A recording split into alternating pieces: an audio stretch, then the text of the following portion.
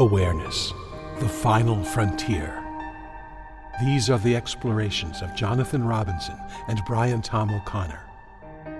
Their continuing mission, to discover fresh new paths to the mystery within, to seek out new joys and new methods of awakening, to boldly go into the heart of expanded consciousness.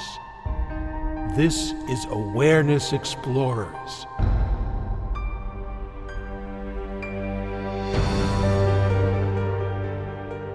Welcome back, friends and family, to Awareness Explorers. I'm Jonathan Robinson, and I'm with my co-host, BrianTomO'Connor. And we are definitely going to be exploring today. The subject is experiments in consciousness, which is as close to exploration as you can get. It's a subject that I have explored extensively, and Brian and I are going to battle it back and forth between us and hopefully come up with some good experiments that you can do to expand your own consciousness. And why don't we just get into it? I think the first thing we need to do, Brian, is look at the word experiments and what that means. I have an idea for myself, but what does the idea mean to you? Well, it means trying something out and seeing what you notice experientially. It's not theoretical. It's going through your day and applying a spiritual principle throughout the day. And in these particular experiments, I think of them as total experiments, going all the way with a spiritual principle like kindness or allowing, and going through your day experimenting with what it would be like to practice that with no exception. I like that definition. I can't disagree with you. I just would add a little bit to it. And I might say that it's always for a limited length of time that you are committing full out. That gives it a certain sense of urgency. So let's say you're doing a kindness experiment. And in fact, one of the times I was on Oprah, that was the subject of the show, doing kindness experiments, which was an idea I had in one of my books. And I said, here's the experiment. Do 2 nice things for people every day for a week and see if you like it and see what it does in your life. Because kindness is like chocolate. Once you've tried it, it gets a little bit addictive. So that was the subject. And I got a lot of emails from people saying that, they're really bowled over by the results of that 1 week experiment and that it helped to change their life. So I think giving it a short length of time, like a day or even an hour sometimes, or a week or a month, helps to create a container where you can learn something and really dive deep within it. Whereas if you said, yeah, I'm going to try and be kind for the rest of my life, it doesn't have quite the sense of urgency or commitment of doing something for like a day or a week. That's right. And it also creates an unrealistic expectation. And it creates resistance in the mind. Well, I don't think I can allow everything to be as it is for the rest of my life. What if something comes up that I really don't like? But you can allow everything to be as it is for 5 seconds. Yes. Or 5 minutes, or an hour, or maybe a day, without this argument in your mind that you have to be that way forever. Such a good point. And I think stepping back, we have to look at why do experiments. And, I was in a spiritual community for a while where the leader said that there are 3 reasons to do experiments. One is, by doing an experiment, you might actually trip over an experience that you normally wouldn't have. When I did my kindness experiment, I realized that, wow, I really get high being kind. I guess I'd never been kind long enough to know that that's the experience that you can get. And studies show that the single best way to increase your own level of happiness is to do an act of kindness for a stranger or a friend. And I learned that by, trying to do nice things every day for a week. And I really tuned into that. So, by trying an experiment, you might trip over an experience that is of a higher caliber that you wouldn't normally have. But another reason is that the world needs more aware people willing to try stuff. Especially our world nowadays. It's there's a lot of people down in the dumps. They could use a good up leveling. And then the third reason is by trying these experiments, you get to see the specific obstacles in the way. Like, for example, your allowing experiment. What if I just allowed everything to be as it is? Well, within about 2 minutes, you'll start to see that you have these little nagging thoughts in your head. Oh, it shouldn't be like this. Or, you have other specific obstacles that get in the way of you having this higher experience of life.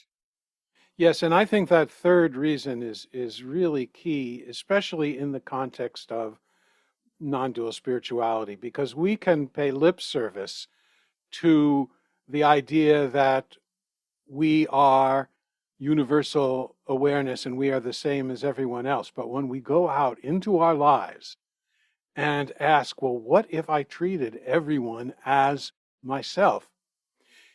You're right. You come up with the obstacles. You come up with the mind's objections to it. You come up with the times when someone is being really mean and you don't want to be kind, or someone is simply doing something you don't like or you disagree with and you don't want to be kind. You see it and you look at it. And when you look at it and start to soften around it, start to apply awareness to it, bring it to awareness, ask, what is this appearing in? It actually can serve the purpose of softening that mental ego identification. Yes. And, when you do an experiment for long enough, the obstacles start to be seen very frequently and you can just kind of dismiss them because you know them. Like, for example, if I do a kindness experiment, I always have this little voice that says, well, what about me? Kind of speaks in about 5-year-old voice. Well, what about me? If I take 2 minutes to be kind to this person, will I get anything back? That kind of voice. And I've heard that voice so much that I just kind of know that as the what about me voice. And it always shows up and I go, yeah, you're being taken care of fine. 99% of the time I think about myself. So spending 1% of the time being kind to others is not going to make my entire life, turn to jello. So I can just kind of dismiss that thought and that voice, and I don't have to give it a whole lot of airplay because I know that's just some kind of obstacle in me. And once we know our obstacles to love and kindness, and we don't take them so seriously, that can really change your life. That's right. And another way of looking at it is similar to the idea of fake it till you make it. Mm-hmm. In other words, if you say, well, let me try and see what it would be like to be kind to every person in every situation without exception, you actually, it's sort of like you might have to at first pretend to be kind when you don't really feel like being kind, when your Mm-hmm. inner self doesn't really want to be kind, and you say, well, okay, but I'm doing this experiment, so let's see if I can be kind anyway. And maybe you're pretending to be kind, but you do that often enough, and kindness starts to sink in and merge with your nature. Which is very, very sweet. And once I tried that in a workshop, that was my experiment to actually pretend I was Saint Francis. And at first it was a little bit of a pretending. That was the goal of the exercise. But within about 20 minutes, I was totally into it. And what was funny is that I started to like shine. This energy started to come from me and everybody wanted to be around me. And people were saying, God, this seems like there's the light coming from you. I literally like became St. Francis for an hour. And, I was amazed at that. I wish I could do it again. I guess I can if I set it up. But it showed me that some of these really far out states of consciousness are a lot closer than I might have imagined. That's right. And It's not a bad thing to be I mean, if you're going to have some sort of self-identity, that's better than many. And Yeah. of course, the goal is having no self-identity whatsoever. And sometimes a spiritual principle like total allowing or not believing your thoughts or loving kindness can really short circuit that identity, that mind-based idea of who you are, because you're really focused on others and the relationship, and you're focused on the now. Hmm. Hmm. So one of the experiments I have enjoyed is trying to say yes to each moment. And I saw the movie Yes Man last night, which, if you haven't seen it, is really a fantastic movie, a very spiritual movie in a certain way, starring Jim Carrey. Very entertaining. And it's about a guy who's motivated to say yes to like any request. And it eventually turns his life from being boring and depressed to finding the love of his life and being a wonderful human being. But he has to go through some stuff, and I've done that, trying to say yes to a difficult emotion, or saying yes to a request that I might have normally said no to. And it's living in a more of a state of surrender. And you start to once again see, different aspects of the ego that want to say no to life, or no to certain emotions, or no to certain requests. And it increases your awareness by being able to do that. That's right. And sometimes these different spiritual points of view or experiments or principles that we might be trying out may at first seem not to overlap. For instance, I remember when I first heard about loving kindness practice, and Mm-hmm. I really resisted it because there's a lot of times I just simply don't feel loving kindness.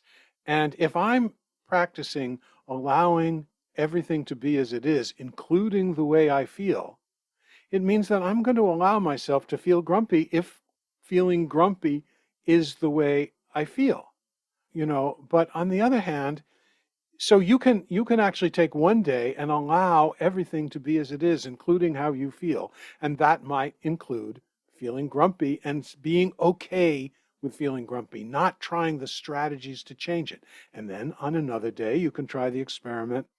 I'm going to be kind in every situation. I'm going to be loving in every possible situation without exception. And know that, okay, maybe there's some part of your mind that sees that as a contradiction, but eventually, if you try them both and you try them often enough, they actually will resolve themselves into a way of being which is open and clear and not mind based and not controlling and not having strategy to control everything. You just see things, they arise, they are what they are, people are what they are, and it's an openness that can be a kind of synthesis of the two. Mm-hmm. As you were talking, I was picturing a bicycle wheel with different spokes.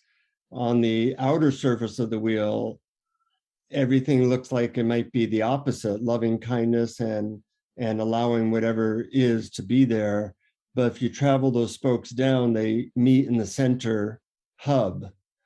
So on the surface, you might try these methods that or experiments that come from different angles, but if you take them deep enough, they tend to meet in a level of peace and kindness and love that connects them all. Yes, all the spokes lead to center.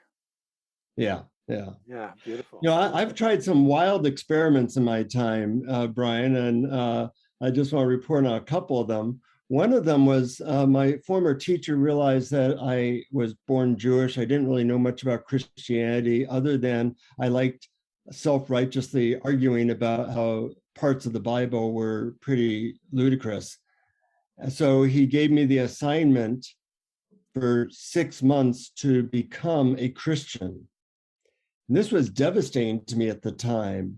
But he said, no, this isn't something I'm giving you because you've been bad. I'm giving it to you as your next step to open your heart to the half of humanity that is Christian, and realize that there is a dogma there that you don't need to believe in, but there's also an experience that these people have tuned into that I want you to tune into. And this was incredibly difficult and humbling. I actually went up to a Christian who I'd been arguing with for a year and told him I needed his help to become a Christian. And that was pretty humbling. And but he was very kind. I got into what I would call an alive church, and to my great surprise, I opened up to Holy Spirit. I would go into this church and be filled with bliss and love to a point that I couldn't move. And I don't know what was going on other than I was very receptive to this energy, and I could see why other people were doing that. And to this day, I can tune into, call it the love of Jesus or Christ or God or Holy Spirit, or it doesn't matter what you call it. Somehow I can tune into it. And it's a very heartwarming experience. And when I meet Christians, I know I might have different beliefs in them, but I do respect that they are trying to open to this love. And that's what Jesus was about. Wow, what an amazing experiment. It was. And it was incredibly valuable. And, I'm a pretty intellectual guy, and it really shifted like where I feel my body energy. It just went from my head to my heart. And, to this day, I have a love-hate relationship with Christian music, because some of it I really love. It's all about opening to love and things like that. And then some of it is, like dying on the cross and, all that stuff, which I don't relate to so much. But, you take what is useful to you and you leave the rest. And everybody, every spiritual leader, Jesus, Buddha, Muhammad, obviously had something powerful to say. And of course it gets distorted, but your mission, should you decide to accept, is to find the part that is useful to you. Yes, and if you look at the very core principles like love your neighbor as yourself, you could simply take that as an experiment. What if I Mm-hmm. actually really did that? Or love your enemy. What if I actually did that for 2 hours without exception? Right, right. And there was an experiment that I once did, which was a lot less, I think, far-reaching than the one you described, much more subtle and small. But I was talking to somebody I didn't know very well, but a perceptive person who told me, your basic way of expressing yourself is through sarcasm. And Mm-hmm. I had no idea. I thought I just had a great sense of humor. I thought it was humorous, right? So I said to Right. myself, I'm going to go through my life for a week and see if I can notice when I'm being sarcastic. And oh my gosh, I could not believe how often, how habitual sarcasm had become in my life. And also how sarcasm contains an edge, a sharpness, a kind of aggressive um, Mm-hmm. form of humor, which is a little bit mean. And I said, well, what if I just drop being sarcastic for a while? I couldn't believe how much my heart opened up, and how Mm. I was just sort of like much more naturally open and friendly with people because I wasn't looking for ways to be sarcastic. And and the corollary to sarcasm, judgmentalism, started to drop away. And yes, it was nicer for other people to be around me, but also I was happier and more relaxed. What a great experiment and learning possibility. That's inspiring. I'm currently doing an experiment. I started yesterday. It was based on something somebody said. He said, your thoughts partly create your reality. So if you want to enter into higher states of consciousness, try changing your thoughts to what they would be if you're in a higher state of consciousness. Uh-huh. Well, this struck me as a funny idea. I'm only on day 2, but it seems to be working. Like, for example, these are thoughts that you might have if you're in a higher state of consciousness. This moment is absolutely perfect, or they are so beautiful just the way they are, or this is a perfect situation for me for my learning, or I forgive myself for having done that. These are like what people in higher consciousness might think. And I'm noticing that as I consciously think those thoughts, it does change how my perception is. So, it's just an interesting experiment. I haven't decided if I'm going to do it for very long, but it's just kind of fun to do experiments, because with each experiment, you do learn something. And sometimes they really open your eyes to a whole new reality. Right. Yeah, they really can. And there's an element about doing those experiments that we don't think about is I call it going all the way, or totality of it. I mean, Mhm. because we try these things like if we had taken one of your phrases and applied it during the day, we give ourselves a lot of slack and we have situations where we don't apply it. Okay, I'm going to be non-judgmental throughout the day, but it's not going to count. I'm not going to apply it to the people who try and get on the subway when people are trying to get off. Those guys are jerks. Yeah, those guys are jerks. And the value of an experiment is, and even if you fail, and maybe you should expect to fail, but try going all the way with it, without Mhm. exception, and just see what that's like.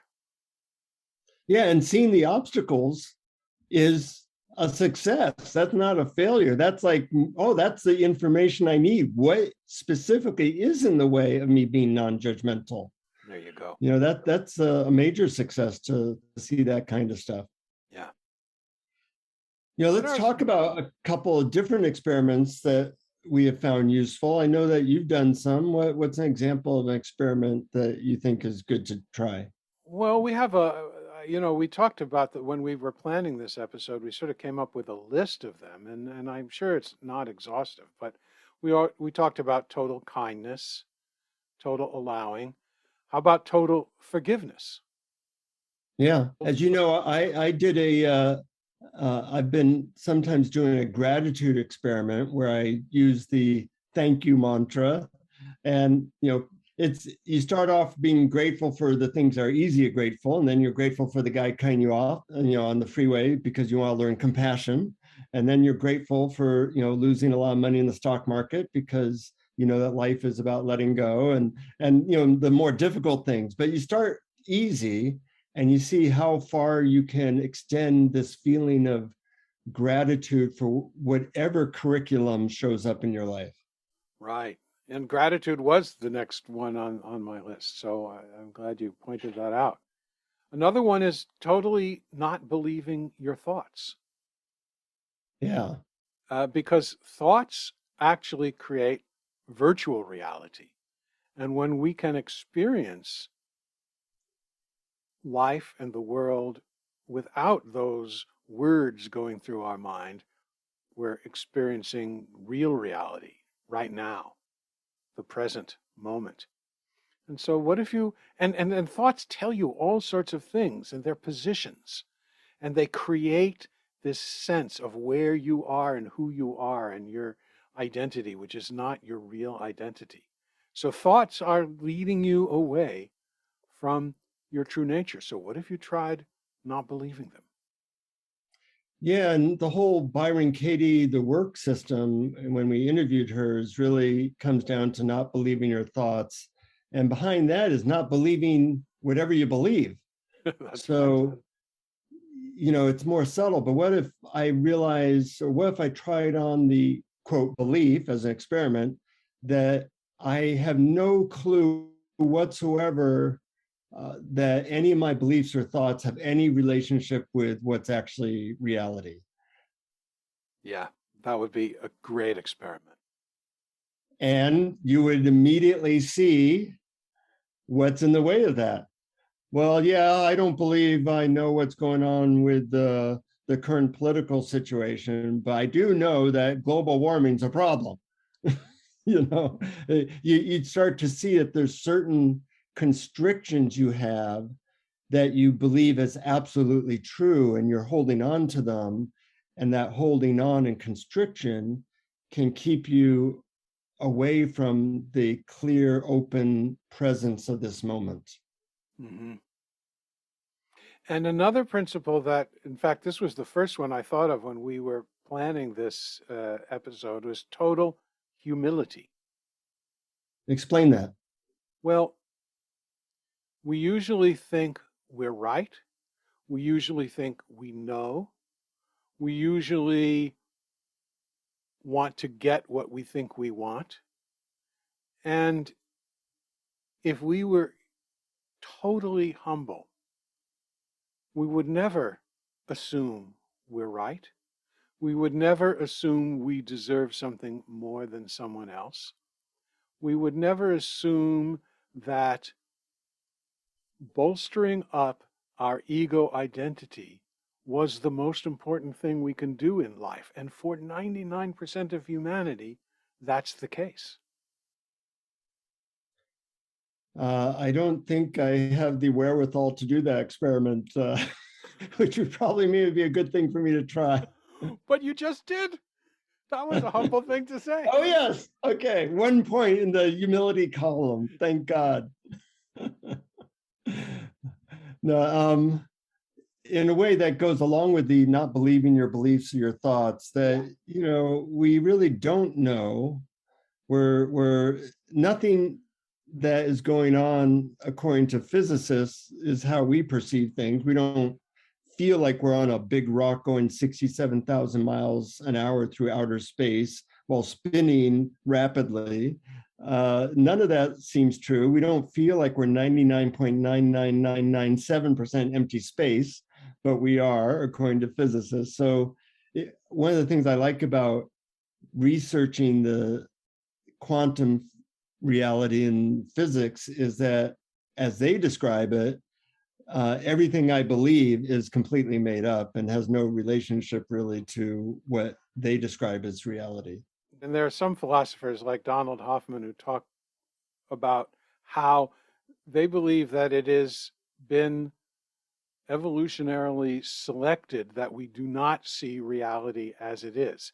It's like a desktop with icons. We see the icons. We don't really see the program that's underneath it.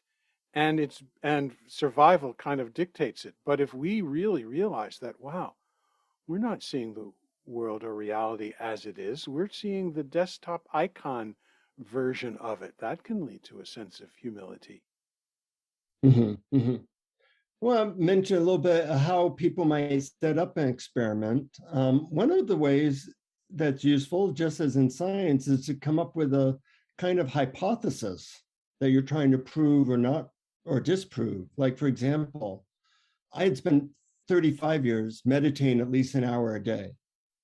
And I wanted to see what would happen if I stopped doing that. Would that bring my consciousness down in a noticeable way? So I did a month-long experiment of just not meditating. And I got to see at the end of the month that it really did make a difference. So sometimes I've said, well, I wonder if there's anything useful to a certain Hindu guru. So I spent a month in his ashram to find out. That was an experiment, you know, and I got to see that there was something there that was super helpful. So I think having a sense of a hypothesis and having a sense of the limited duration which you will evaluate your experiment. I think having reminders, like I put up Post-it notes that I have these, for those who are watching this on YouTube, I laminate a card that has the thoughts I'm trying to think of a higher nature. And so I take these out and I will look at the world that way. I noticed one of my friends who's very non-judgmental, I asked her, how is it that you never judge people? And she said, everybody is so cute and so precious, like a little baby. So that's one of my thoughts. Oh, look at them. They're so cute as they give that person the finger, as they're driving by or whatever. Those aren't ways I might normally interpret their actions, but when I have these thoughts, I might look at it that way.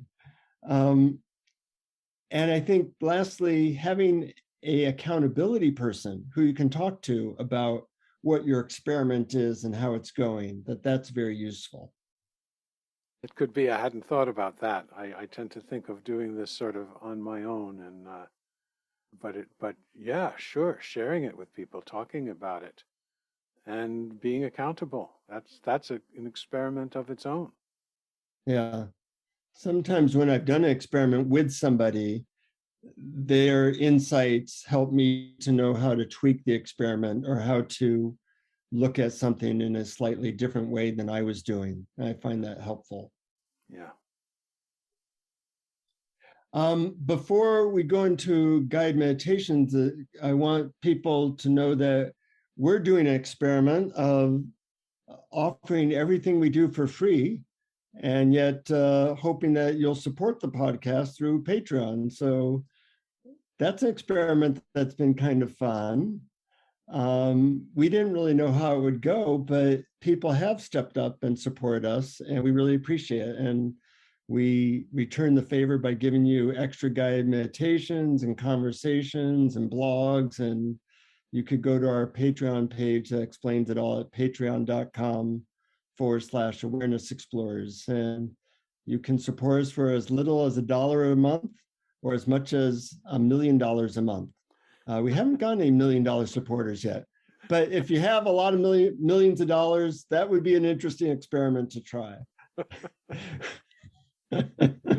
We only really need enough to break even because it costs money to do the podcast. We're happy to give it away for free to anybody who wants it, but $1 million is more than we need.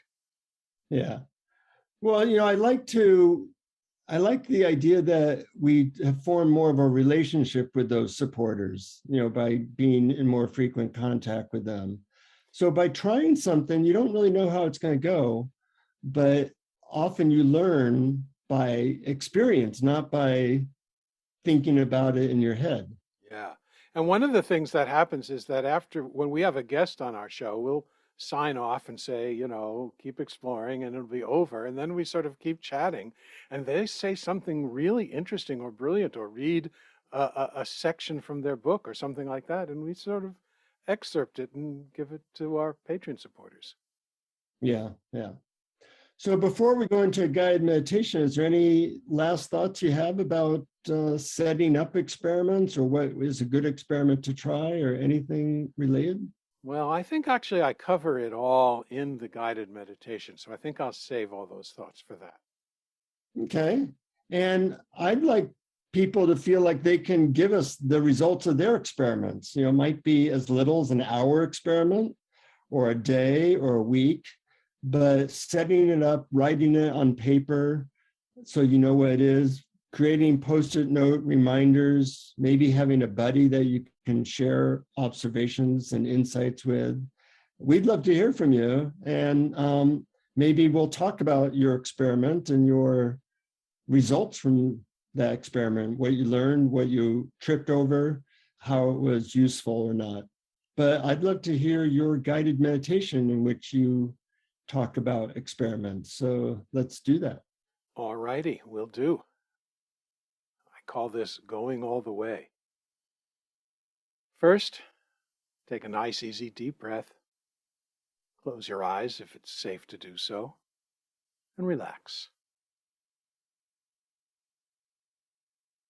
This is a meditation of imagination.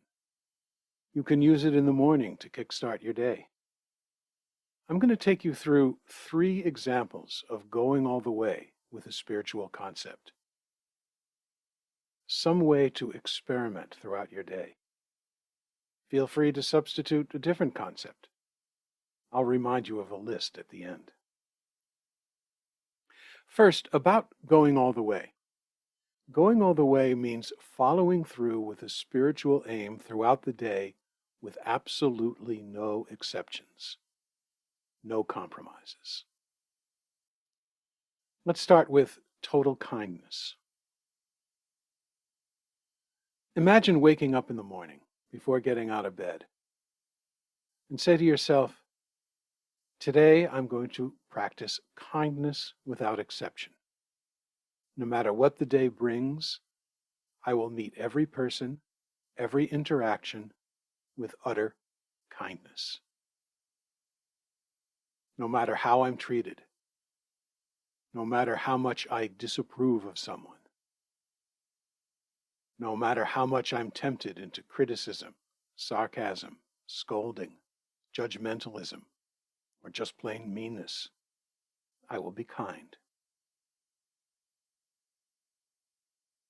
I will assume that each person is doing their best and has their own reasons for whatever they do or say.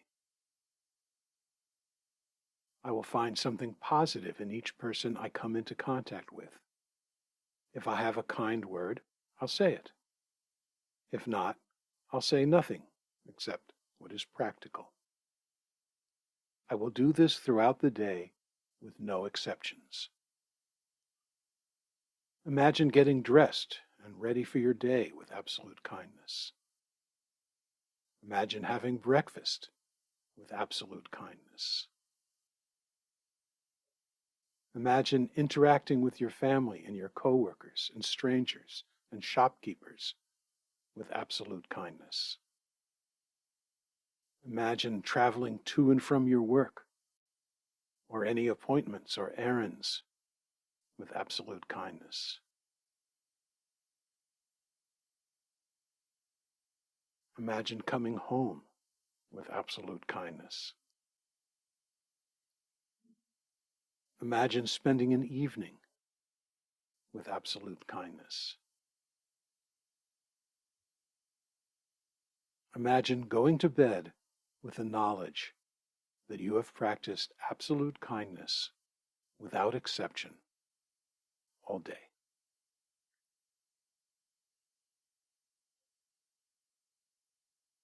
Now let's try total allowing. Imagine waking up in the morning. Before getting out of bed, say to yourself, today I'm going to practice allowing without exception.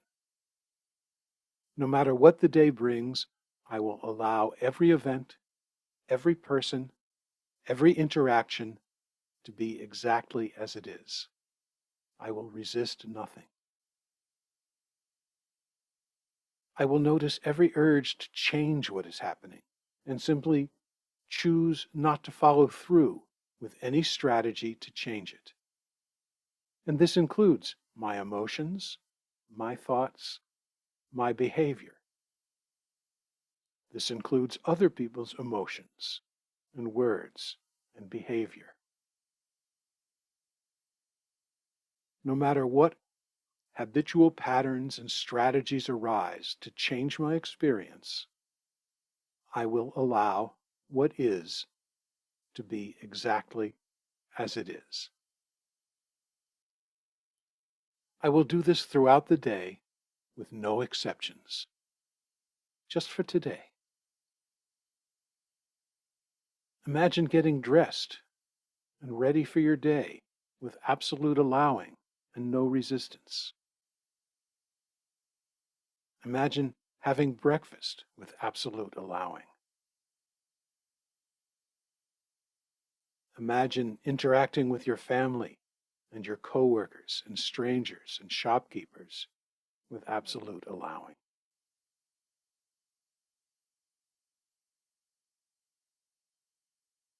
Imagine traveling to and from your work or any appointments or errands with absolute allowing.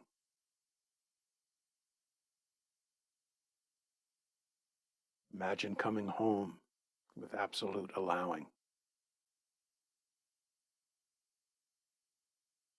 Imagine spending an evening with absolute allowing. Imagine going to bed with the knowledge that you have practiced absolute allowing without resistance to anything, and without exception, all day.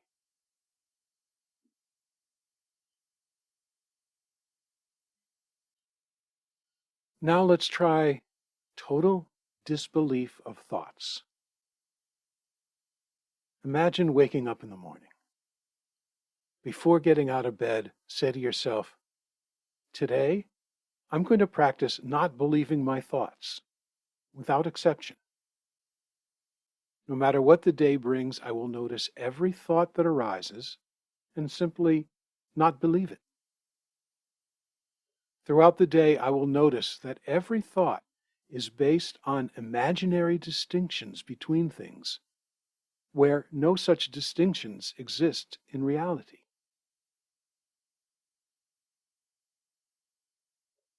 I will realize that all the words in my head are creating a virtual reality that is not the real reality of now and here and this. I will notice all of my experience wordlessly, without inner dialogue describing, categorizing, judging what is. No matter what thought arises, I will assume it is not true. I will do this throughout the day with no exceptions. Just for today. Imagine getting dressed and ready for your day with absolute disbelief of your thoughts. Imagine having breakfast with absolute disbelief of your thoughts. Imagine interacting with your family and your coworkers and strangers and shopkeepers with absolute disbelief of your thoughts. Imagine traveling to and from your work or any appointments or errands with absolute disbelief of thoughts.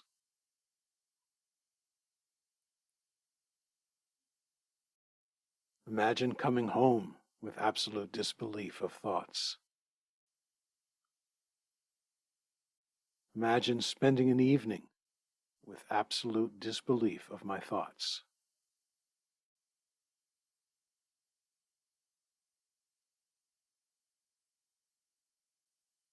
Imagine going to bed with the knowledge that you have practiced absolute disbelief of thoughts without exception all day.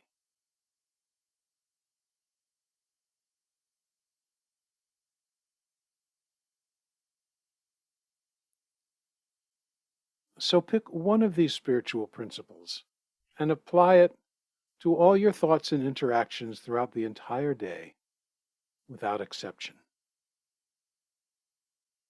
You can use the ones from this meditation or choose another one. Here's a possible list. Total kindness, total allowing, total love, total forgiveness, total gratitude, total disbelief of thoughts, total humility, total surrender. Or feel free to experiment with one that you thought of yourself and try it out.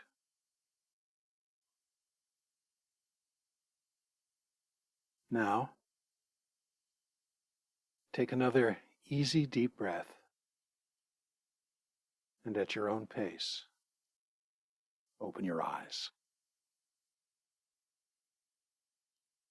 I am going to try that out. I like the idea of doing the total kindness experiment. And in a way, there's two ways of doing it. One is to trip over that experience. And the other, maybe a slightly different focus, is to perhaps write down or journal or notice what gets in the way of it. I think you can do both of them at the same time, but sometimes it might be useful to focus more on the what gets in the way and getting clarity about that, and sometimes more of trying to open up to the experience. What do you think? Yeah, I think both of those can work, and I think it really depends on the individual. Mm-hmm. I tend to like just seeing what it feels like and Yeah. trusting that that's going to sink in deeply. But on the other hand, sometimes it's good to jot things down. If that's, you know, a lot of people really do like that, and it works for a lot of people. So I would say this is an individual choice, but try it. It's an Mm-hmm. experiment after all. Try it, see what works. Yeah. Yeah. One time I was trying the experiment of using the phrase, I have no problems, or there are no problems. And one obstacle kept showing up, a little voice in my head that would say, that would scan for problems. I called it the problem scanner. And once I saw that I had like this little problem scanner that was working all the time, it really changed my relationship with it from, it's real and I got to listen to it to, oh yeah, that's the problem scanner. And it really made a difference in me not taking that voice so seriously from then onwards.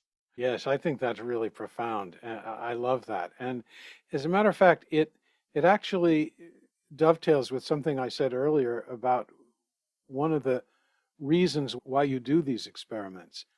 If you experiment with the idea that there's no problem to solve, what happens is that that little voice in your head comprises practically 90% of your thought-based, ego-based identity. In fact, Mm-hmm. that's what your identity is that thing that scans for problems. And Right. I remember one time in a day-long retreat with Locke Kelly, he said, and I don't remember if he worded it this way, but in my mind, I thought he said, who would you be with no problem to solve? And something popped inside and some hardened identity dissolved.